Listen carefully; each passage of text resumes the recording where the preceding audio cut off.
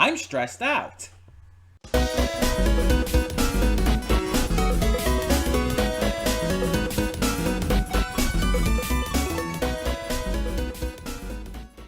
Hey everyone, welcome to Princess of Gay. I'm your host Connie, and today we are here with my blind reaction to episode 1133 of One Piece. And just to kind of get this out of the way, first, if you did not see my reaction to today's To Be Hero X episode 4, if you didn't see my reaction to that, I had a legitimate emotional breakdown in the afterthoughts of that. To the point where it, actually, really badly affected me, and I had to do this breathing technique to bring myself out of it. So if I seem like I'm a little out of it for at least part of this reaction, hopefully I get back into the swing of things and I'm okay. But I am okay. So no, you don't have to worry. You don't have to be too concerned. But if I feel if it seems like I'm just a little bit out of it, that's why. I'm good to keep going. I'm good to keep recording. So obviously by the time you see this, it's gonna be hours after I've done that. But you don't have to worry. It's okay. This has happened before, and it's, again, I know I can get myself back down. I just have to relax. And I know, maybe the idea of, going into One Piece with what's going on right now with Kuma's backstory, maybe not the smartest idea, considering how stressful and emotional this has proven to be possible to be. It's just a case of, we need to keep going, need to keep these reactions going. And One Piece does bring me a lot of joy, even during the sad parts. So I'm hoping that helps me get through as well. Plus, already having such a, connection with these characters and being so invested in them. Of course, that could also lead to ruin, but we'll see. And if something does happen, again, I'll just use my breathing technique again and maybe take a pause in the reaction. Something like that. But yeah, we should be fine. So, we learned about the silver scale disease, I think it was called, which is what Bonnie has in these flashbacks, and what Ginny died of. We see Kuma getting to be a father, and we see how just he's hiding the fact that she's, if not treated, going to die. And I said last time there is we know she doesn't die, so there seems to be only a couple options, but I doubt Law is going to be involved in any way, because that just doesn't really make sense to me and everything at the moment. But I feel it's more likely he's going to appeal to the world government somehow, and this is how he's going to, willingly turn himself over to become an experiment. We know how they feel about the Buccaneer people already. We've seen that. And with him turning himself over and, being experimented on by Vegapunk, we're probably going to, learn all about that. And it's going to have something to do with Saturn, since he's been, such a major part of this all. It's just very, very obvious that it's about to get, more intense and more sad. But I'm wondering about one thing specifically, and I don't know if we're going to find out this episode or maybe within the next few episodes. I don't know how much of this is left still at this point. But one thing we have not touched on yet with Bonnie is her devil fruit ability. Because we know she has the devil fruit ability, but where did she get the devil fruit to eat? That's something that I know nothing about. I've talked before how there's there's a couple things I know here and there, just don't have context for and everything, because the One Piece fandom sucks with spoilers. But it's I know nothing about how she got her devil fruit. And I'm very curious about that. Because from what we can tell, she doesn't have it so far. She's shown no signs of having her powers. So it's a matter of...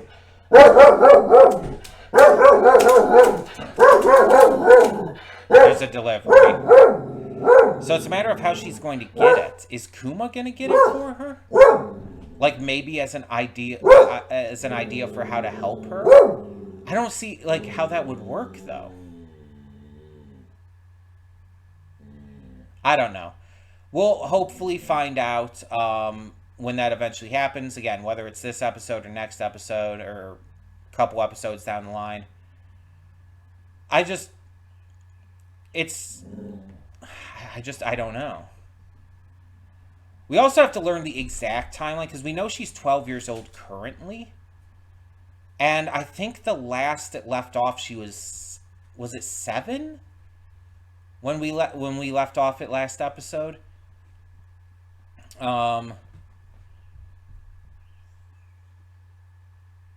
It said she only had like a few years left. And that she would die before her 10th birthday. But again, we know that's not true, because she's 12 currently. I think it's 7, because I think I noted there was like 5 years between then and now. I think. I'm just wondering how this is all going to work out with the timeline of the main series and everything, and about, like, the first time we saw Kuma.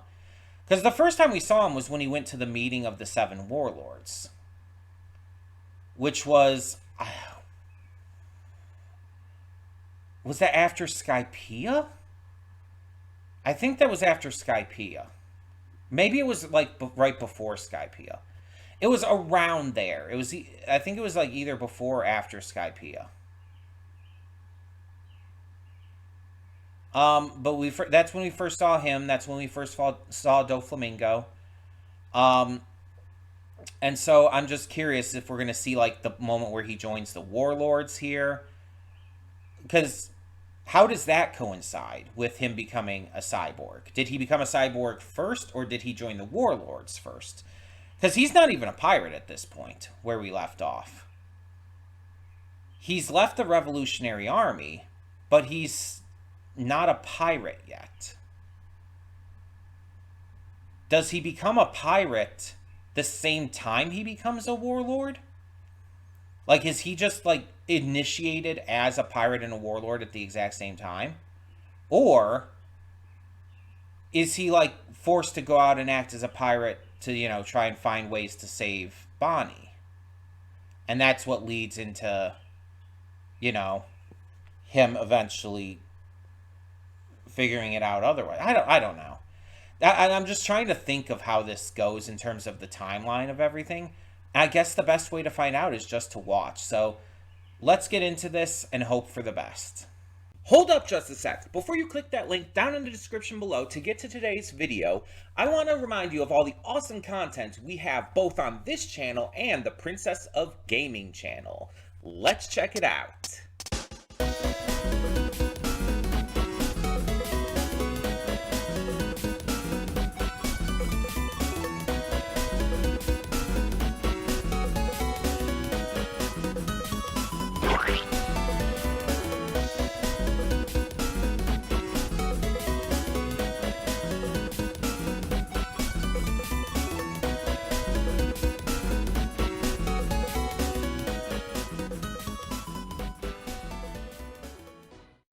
And we are back, and we'll begin with spoilers in 3, 2, 1, now. So yeah, my theory, going back to that, like from, I don't know, an episode or 2 ago, something like that, my theory was that in order to find a cure for Bonnie, Kuma was going to search everywhere he could, but eventually he was going to have to appeal to the world government. And that's how he was going to, like, get in contact with Saturn, because he has the, you know, he does have connections with him to a degree. And he was going to, through this, like, be brought to Vegapunk and sacrifice himself to become a cyborg in order to save Bonnie. But that's not what happened. Instead, it was Dragon who led him to Vegapunk, which makes sense, because we know Dragon and Vegapunk have that history. It was Dragon who led him there. And he was already working with Vegapunk to help Bonnie beforehand, with the only caveat being that he would let, because of being a Buccaneer, he would let Vegapunk take some of his DNA so he could clone him to create what we know now as the Pacifistas, which Kuma wholeheartedly agreed to. But someone was either leaking this information or was spying on them and leaking it to Saturn, who now is going to get involved. And that's how Kuma, I assume, is going to end up becoming a cyborg through that. Because although the idea of a cyborg was mentioned by Vegapunk, there was no plans here to turn him into one. Very interesting. This is, like, not quite what I expected.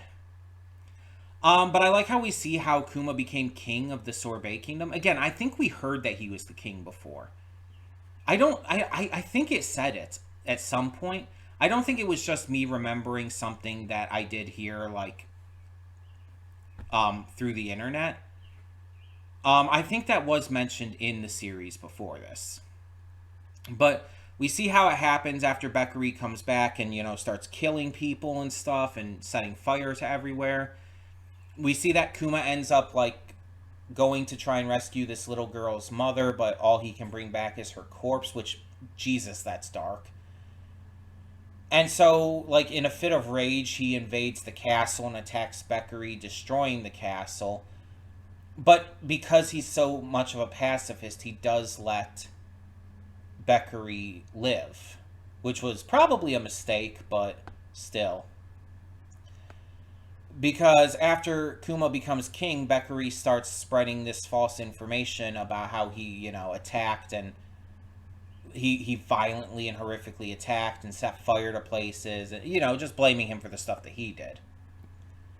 So when Beckery came back with the Marines, Kuma sank their ships and everything and went out to try and find a cure for Bonnie, leaving Bonnie in the hands, in the meanwhile, of the king before Beckery, Bulldog, I believe it was, and his mother, Queen Dowager Connie, which that's very interesting because that is the form and identity that Bonnie took on when she infiltrated Marijois, which is fascinating for a number of reasons.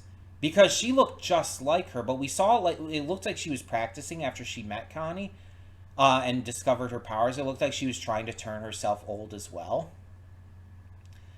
And the outfit she could mimic easily. That's not a big deal. It's just, she looked almost just like her. The hair color was obviously slightly different, but that's really interesting. So I was saying I, like, wonder if there is some kind of connection there, but I don't think so. I don't think that makes a lot of sense. Because Ginny wasn't from the Sorbet Kingdom originally, right? Like, she only came here with Kuma and Eva after escaping. Like, she was a slave from somewhere else, we presume. So I don't think there's any connection to Connie in that way. But the fact that Connie and Bonnie also have, like, such similar names, it's a little wild in that regard. Did Kuma and Kuma just met Connie, though? So I was gonna say, did Kuma and Ginny know of Connie before? But I don't think they did, because, like, they just met her, and you even saw, or Kuma just met her, and you even saw him confusing her for Bonnie because of Bonnie's sudden powers. Which, by the way, let's talk about that. So Bonnie just has her abilities. And there's one of two explanations for this. Either she ate a devil fruit at some point without realizing it, or she had this since she was a baby and escaped Marijois with it. Or, well, not escape. They didn't escape. Ginny was let go because of her illness. Her and Bonnie were let go because of that.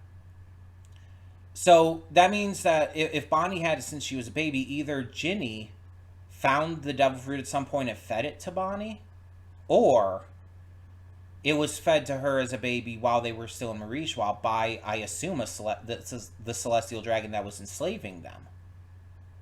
And that is probably also the father of Bonnie. So that's really curious in and of itself.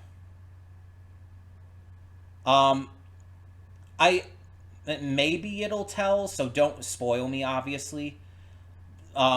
Maybe it'll tell what the actual reason for it is, but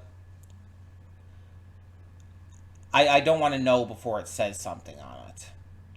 And if it just keeps it a secret, that would be interesting too. I definitely want to know more though. Um, we know it's called the age fruit. I'm very curious to see like more of what the fruit can do and everything. Because there's got to be more to it than what we've seen up to now. Because she can age herself, she can age anyone she touches, she can age objects. Is that really all there is? But then how would like a devil fruit like this awaken? What would that mean? Just aging people over a wider space without having to touch them? I don't know. I wonder like like maybe I wonder if she could age like only certain parts of people at a time. I'm just very curious as to how this goes. Because it kind of reminds me to a degree. It's kind of similar to Shinobu's devil fruit in Wano, how she could mature people or objects by like aging them up, but she couldn't age them back down. It was a permanent maturation. Like if she matured, like for example, some boards of wood, they would like they would rot and crumble and everything, and she could use that to like affect objects around her, or she could mature people, as we saw her do with Momonosuke, and it's irreversible. That's the thing.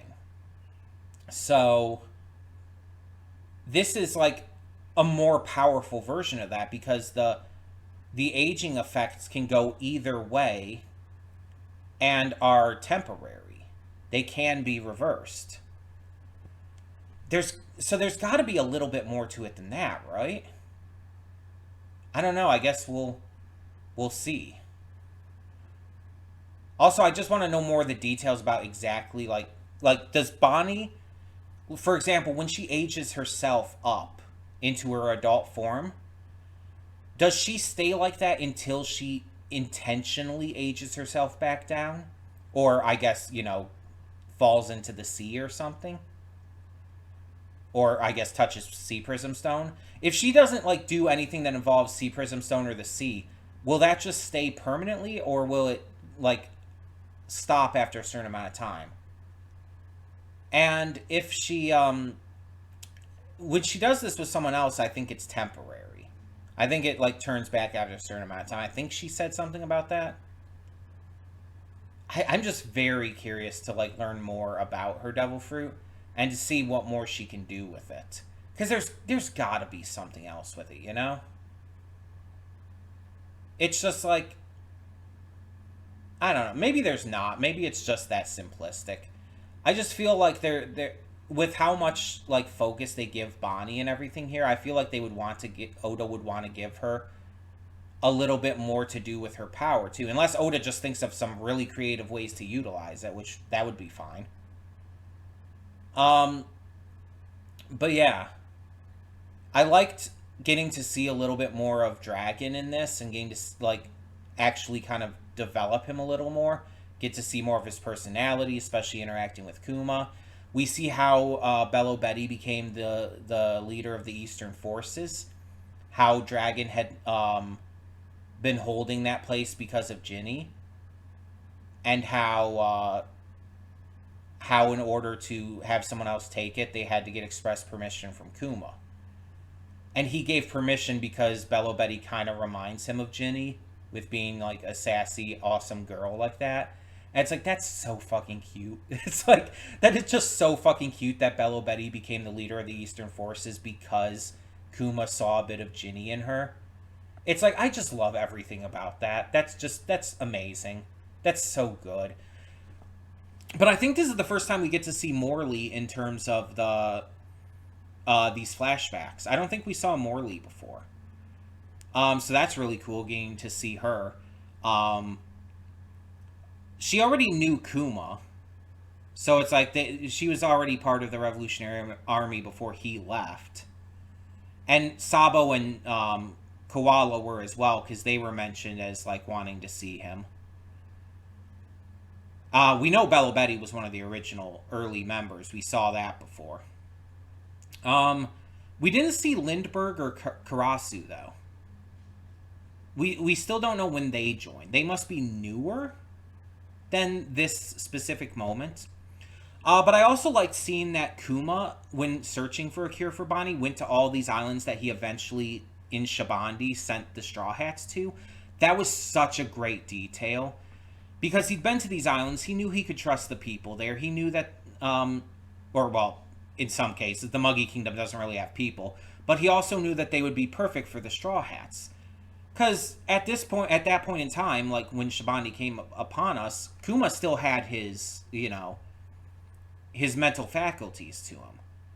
He was still himself. And so he had probably heard plenty about the Straw Hats other than just what he saw when he met them in Thriller Bark. He probably knew, like, all of what they could do and what their kind of specialties were, so he knew exactly where to send them. Because remember, when he sent them away, he didn't ask them where they would want to go, right? Unlike with, like, Perona or someone. He didn't have to ask them. He just sent them all away, one by one. And they just happened to, all of them go to very specific places. The only one I think it didn't show him visiting was Amazon Lily, which, makes sense. So that's the only one, like, with him sending Luffy there, that's a little more, why did he choose that? Maybe we'll find out. Maybe we'll see him, like, interact with Boa Hancock at some point. Because, again, we know he becomes a warlord. But we did see how he becomes a pirate in this. It was just because of his actions against the Navy and everything after he went to sea to find the cure. He wasn't even necessarily trying to become a pirate, but, he was just doing what he had to do to find any kind of information he could. I love how all these people, though, are telling him it's like, oh, there's no cure for this and everything, all these places he's going. And then he goes to Vegapunk. He's like, can you cure her? He's like, yeah, I can do that. It's because Vegapunk is so ahead of his time from everyone else. Or I guess technically behind. Because we know that Egghead is kind of more of a reflection of the ancient past. So that's really interesting in and of itself, too. Because we get to see Egghead here before it becomes what we know of it in the current day. And it's like this almost kind of frozen wasteland, almost like, I guess, where he grew up, which, that kind of tracks. I guess it's just like, it felt like home for him. But, like, we saw, like, what was it called? Baltimore? Maybe? Or was that something else? No, I think that was at Future Island, Baltimore. Because that was where Frankie went. And we saw that was one of the places where Kuma was looking. It mentioned that he moved his laboratory after the accident. I assume that was referring to what happened with Caesar on Punk Hazard. And so, yeah, he went to here after, and we know this is where his lab has been since. But yeah, it's got to be because it reminded him of Baltimore that he chose this island. And eventually turned it into what Egghead would become. But, like, all of this is, like, before he has his clones, before the pacifistas and everything. We even see, like, Bonnie playing with Sentomaru, which also, by the way, is super fucking adorable. But yeah, it's, like, it's so wild. Seeing, like, getting this backstory. Because this backstory is not only developing Kuma and Bonnie, but it's giving us a look into a lot of shit. A lot of big important shit. We obviously got the God Valley flashback and everything part of this. We get Eva. We get stuff with Dragon and the rest of the Revolutionary Army. We get so much in this.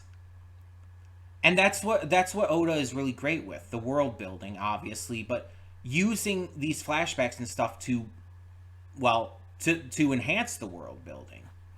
I mean, he did this, as we know, with Robin's flashbacks, really well with Robin's flashbacks.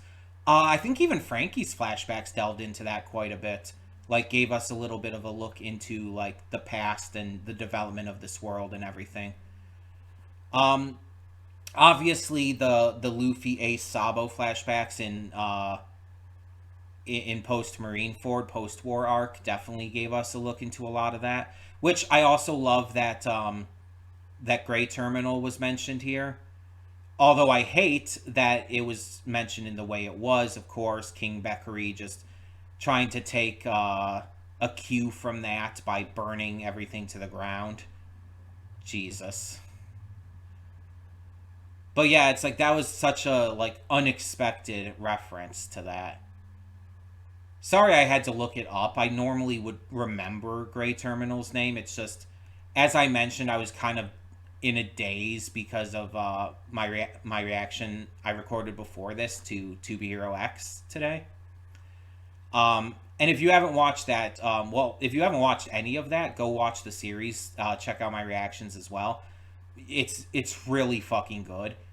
But also, like, if you haven't watched that specific reaction yet, these are going up around the same time, but still. Just be prepared, because yeah, I do have a bit of an emotional breakdown, so just letting you know that ahead of time. But yeah, um, tell me what you thought in the comments below of this episode, and please no spoilers. I say it all the time, but although I know some things out of context, mind you, I don't want to be spoiled on anything else, and I just don't want the chance of anything being a spoiler. So please keep your comments spoiler free, but let me know what you thought of this episode. And thank you so much, as always, for tuning in. For now, I'm Connie, and I'm signing off. See y'all next time.